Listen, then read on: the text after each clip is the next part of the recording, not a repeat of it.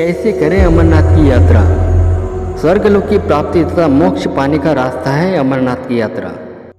कुछ लोग इसे स्वर्ग की प्राप्ति का रास्ता बताते हैं, कुछ मोक्ष प्राप्ति का। लेकिन यह सच है कि अमरनाथ, अमरेश्वर आदि के नामों से विख्यात भगवान शिव के स्वयंभू शिवलिंगम के दर्शन, जो हिम से प्रत्येक पूर्णमासी को अपने पूर्ण आकार में होता है, अपने आप में दिल को सुकून देने वाले होते हैं। क्योंकि इतनी लंबी यात्रा करने तथा अनेक बाधा को पार करके अमरनाथ गुफा तक पहुंचना कोई आसान कार्य नहीं है। इसलिए प्रत्येक यात्री को गुफा के भीतर हिमलिंगम के दर्शन करता है और अपने आप को धन्य पाता है और अपने आप को बहुत ही भाग्यशाली समझता है। क्योंकि कई तो खड़ी चढ़ाइयों को देखकर ही वापस मुड़ जाते हैं आधे रास्ते से। प्रत्येक वर्ष यह यात्रा श्रावण पूर्णिमा के दिन, जिस दिन देश भर में रक्षाबंधन का उत्सव धूमधाम से मनाया जाता है, उसी दिन अमरनाथ की गुफा में भगवान शिव के दर्शन, स्वयंभू हिमलिंगम के दर्शनों के लिए हजारों यात्री एकत्रित होते हैं। यहाँ गुफा राजधानी शहर श्रीनगर तथा जम्मू से 140 से 326 किलोमीटर दूरी पर तथा समुद्र तल से 13,500 फुट की ऊंचाई पर स्थित है। यह अमरनाथ की अमर कथा। इस कथा का नाम अमर कथा इसलिए है क्योंकि इसे सुनने से शिवधाम की प्राप्ति होती है। ऐसा कहा जाता है कि यह परम पवित्र कथा है जिसको सुनने वालों को अमर पद की प्राप्ति होती है तथा वे अमर हो जाते हैं। यह कथा श्री शंकर भगवान ने इसी गुफा में यानी अमरनाथ गुफा में भगवती पार्वती जी को सुनाई थी तथा इसी कथा को सुनकर श्री सुखदेव जी अमर हो गए थे। जब भगवान शंकर भगवती पार्वती की यह कथा सुना रहे तो वहाँ एक तोते का बच्चा भी इस परम पवित्र कथा को सुन रहा था। इसे सुनकर फिर उस तोते के बच्चे ने श्री सुखदेव स्वरूप को पाया था। सुख को वैसे भी संस्कृत में तोते को कहते हैं। इसी कारण से बाद में श्री मुनि सुखदेव के नाम से संसार में प्रसिद्ध हुए थे। कहा जाता है कि सुखदेव जब नैमिषारण्य गए तो वहाँ ऋषि मुनियों ने उनका बड़ा ही आदर सत्कार किया और उनसे अमर कथा सुनाने का आग्रह किया।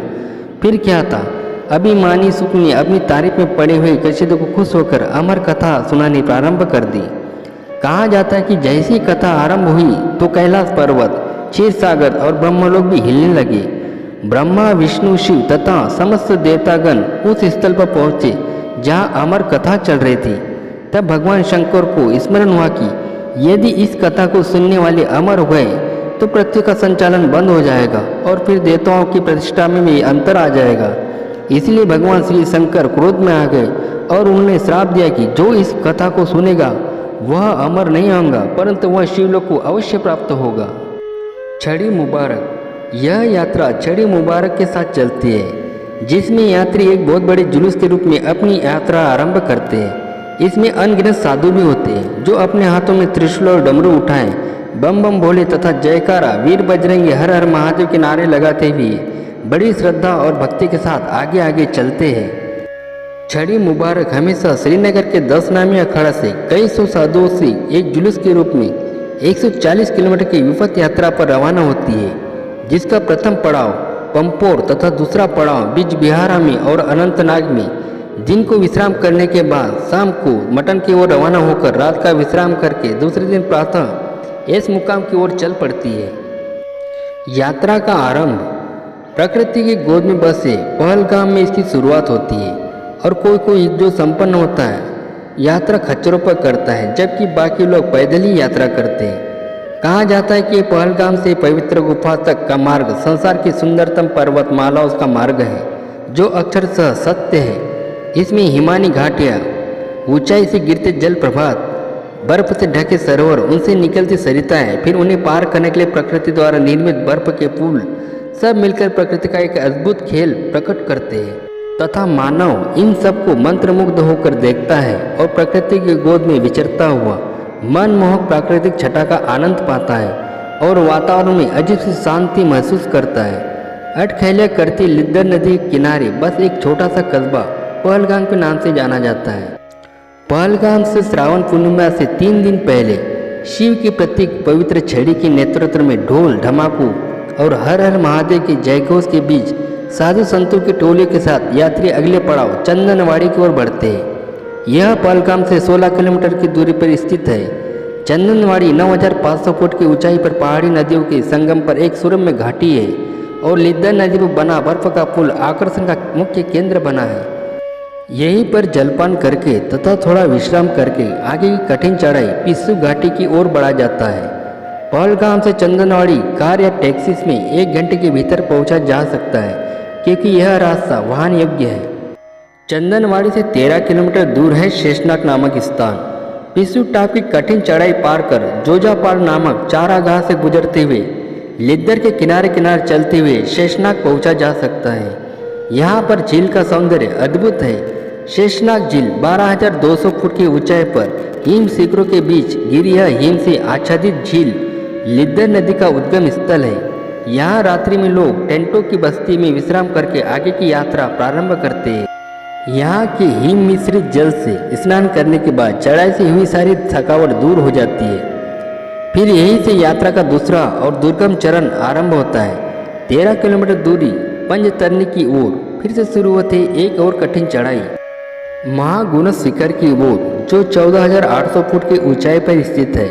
इस शिखर पर ऑक्सीजन की कमी है, क्योंकि अमरनाथ यात्रा के दौरान यह शिखर सबसे ऊंचा है। ऑक्सीजन की कमी के कारण सांस फूलती है। हालांकि स्थान स्थान पर चिकित्सा संबंधी सहायता भी उपलब्ध होती है। शिखर पर चढ़ने के उपरांत पोषपत्र को पार करके 12,500 फुट की ऊंचाई पर भैरव पर्वत के दामन में है 5 नदियों अर्थात पंचतरनी। यहाँ पर यात्री रात को विश्राम करते हैं और प्रातःकाल भक्त पवित्र धाराओं में स्नान करके आगे की ओर बढ़ते हैं। गुफा की ओर, जो पंचतरनी से मात्र 6 किलोमीटर दूरी पर है। पंचतरनी से गुफा तक के मार्ग में पुनः दुर्गम चढ़ाई का सामना करना पड़ता है। लोग सांस लेते, विश्राम करते, प्रभु भोलेनाथ के दर्शन की अभिलाषा करते हुए पवित्र गुफा की ओर बढ़ते हैं। रास्ता भयानक भी है और सुंदर भी। पगडंडी से नीचे नजर जाते ही खाइयों में बहती हिम नदी को देखकर डर लगता है।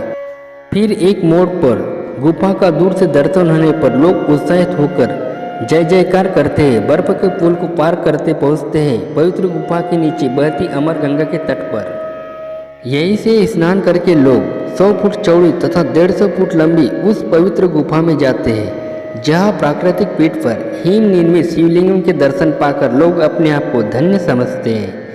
यही हिमलिंग तथा लिंग पीठ ठोस बर्फ का होता है, जबकि गुफा के बाहर मीलों तक सर्वत्र कच्ची बर्फ ही मिलती है। गुफा में जहाँ तहाँ पानी की बूंदें टपकती रहती है, लेकिन शिवलिंग एक विशेष स्थान पर ही बनता है।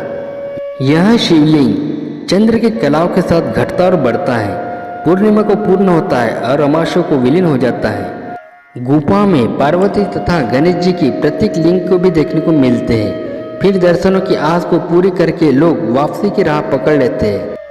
वैसे सोनमार्ग बालटाल से भी एक रास्ता है, जिससे एक दिन में यह यात्रा पूरी की जा सकती है।